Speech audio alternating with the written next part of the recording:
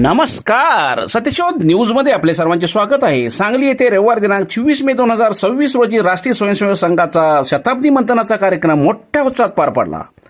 यावेळी बोलताना पश्चिम महाराष्ट्र प्रांत प्रचार प्रमुख अतुलजी अग्निहोत्री यांनी राष्ट्रीय स्वयंसेवक संघाबद्दल सखोल माहिती दिली. सर्व कामं स्वयंसेवक करतात. आज देशभरामध्ये एकही क्षेत्र असं सोडलेलं नाही की ज्या ठिकाणी स्वयंसेवकांनी संघटना उभी केलेली नाही, चांगलं काम उभं केलेलं नाही. देशभरामध्ये 1 लाख 1.5 लाखापेक्षा जास्त सेवा कार्य चालतात, पण राष्ट्रीय स्वयंसेवक संघ सेवा संघटना नाही, NGO नाही. देशभरामध्ये विजयादशमीला वेगवेगळ्या प्रसंगी संचलन चालतात, एकदम कडक शिस्तीत गणवेशातली. राष्ट्रीय स्वयंसेवक संघ लष्करी संघटना नाही. संघामध्ये घोष खूप चांगला असतो. आता गीत सांगितलं, असे भरपूर सुंदर गीत गायक आहेत आणि घोषात तर भरपूर जनलोक असतात, पण राष्ट्रीय स्वयंसेवक संघ राष्ट्रीय संगीत शाळा नाही. होतं असं की समाजामध्ये ती हत्तीची गोष्ट आहे ना, ते 4 जण असतात, दिसत नसतं, त्या हत्ती दिसतो. जी गोष्ट हत्तीची शेपूट, पाय, काय सोन, कान, तो त्याचं वर्णन करतो, तसं आहे.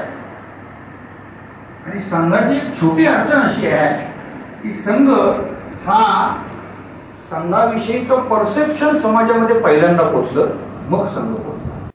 यानंतर कोल्हापूर विभागाचे संघचालक भगतरामजी छापड म्हणाले, काय म्हटलं असं म्हणतात, 19 म्हटलं की कळतं की माझी भाषा माझ्या घरात बोलली जाते की नाही, त्याचा विचार मी करत नाही.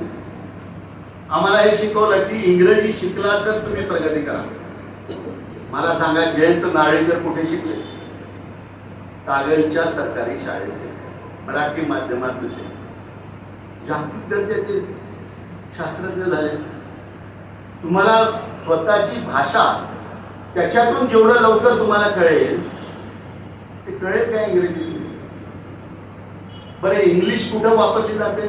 जिथे इंग्लंडच्या लोकांनी राज्य केलं. अगदी इंग्लंडच्या शेजारी फ्रान्समध्ये गेला, तुम्ही इंग्रजीत बोलायला लागला, समोरच्याला इंग्रजी कळत असलं तरी तुम्हाला उत्तर देईल, तो फ्रेंचमध्ये बोला. आमच्याकडे का झालं नाही?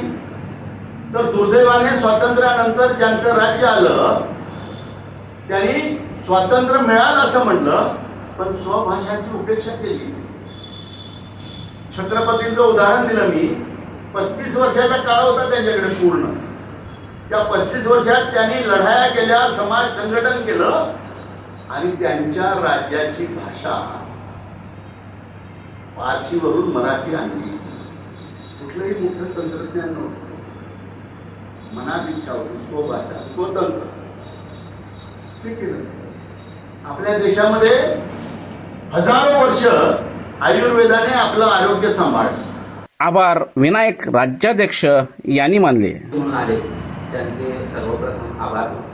दुसरं असं की ही व्यवस्था ज्या रोटरी क्लबने दिली, गेले 4 कार्यक्रम, 4 वेगवेगळ्या विषयांचे कार्यक्रम याच ठिकाणी झाले, तर रोटरीनी हा एक सर्व व्यवस्था ही उपलब्ध करून दिली, त्याबद्दल त्यांचेही मनपूर्वक आभार. भोजन